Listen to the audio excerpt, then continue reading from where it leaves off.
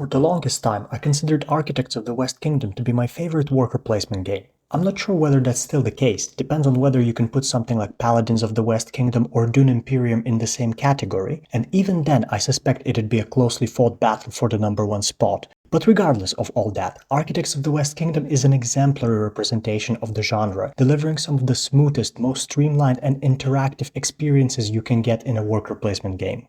In Architects of the West Kingdom, players take on the role of, and I'm sure this will come as a giant surprise, architects in France, in the Middle Ages, when it was a kingdom, in the West.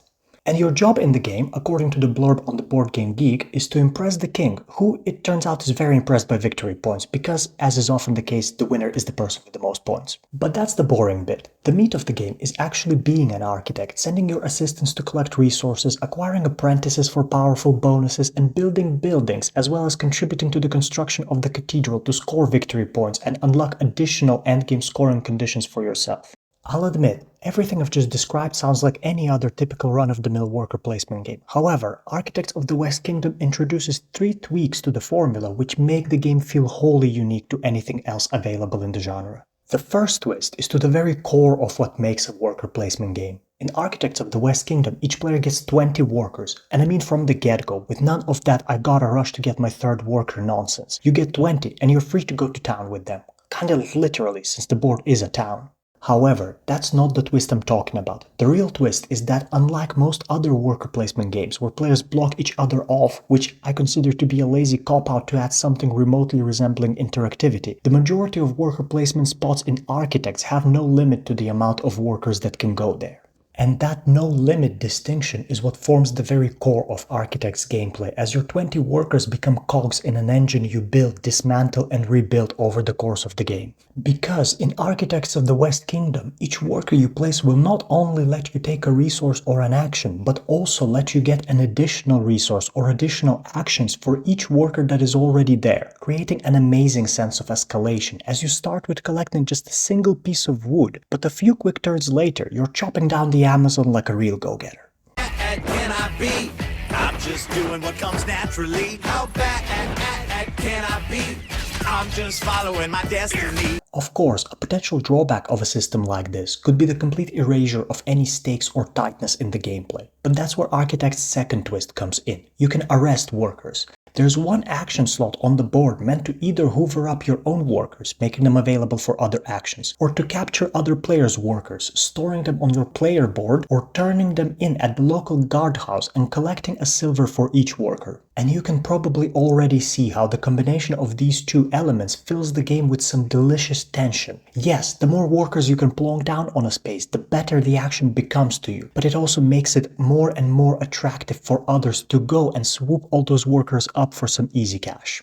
It also obviously adds some more interactivity to the game, and just to reassure you, if the whole arresting workers sounds like it would make Architects of the West Kingdom into a mean game, it really doesn't. With the amount of workers you have, it is very unlikely that someone taking some of them from the board is going to cripple your plans in any significant way, and I feel like the amount of workers you can arrest in a single action, combined with the relative ease of freeing them, is pretty well balanced here.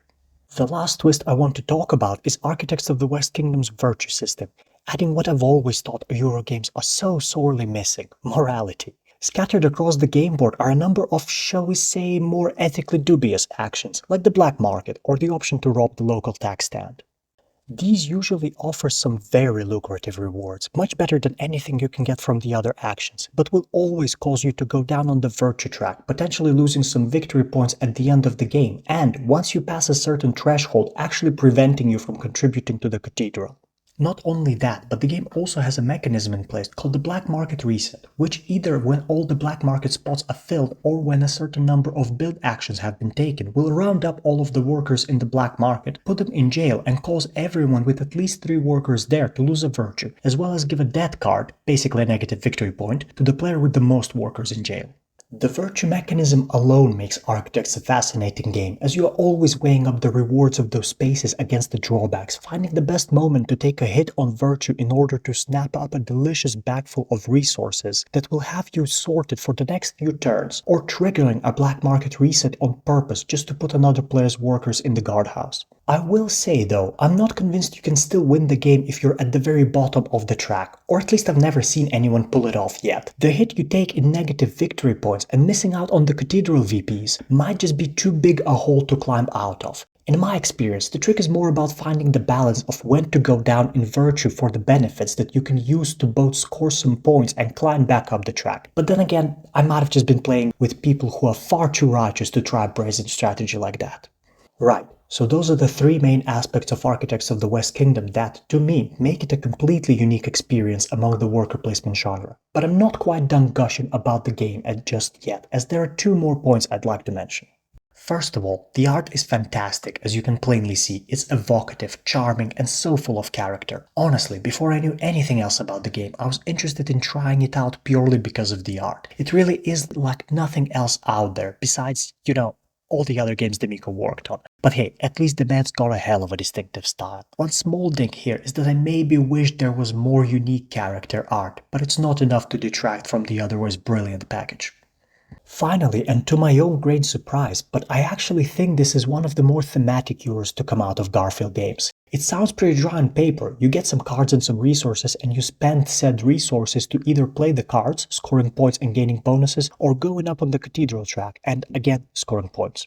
But I think what ties it all together and makes the theme come out for me is the fact that the board and all the actions are designed to look like a little town, bringing it all to life and evoking the feeling that you are actually sending your workers to the forest to chop up some wood, to the king's storehouse to get some missing resources, or to some seedy back alley to engage in some shady dealings.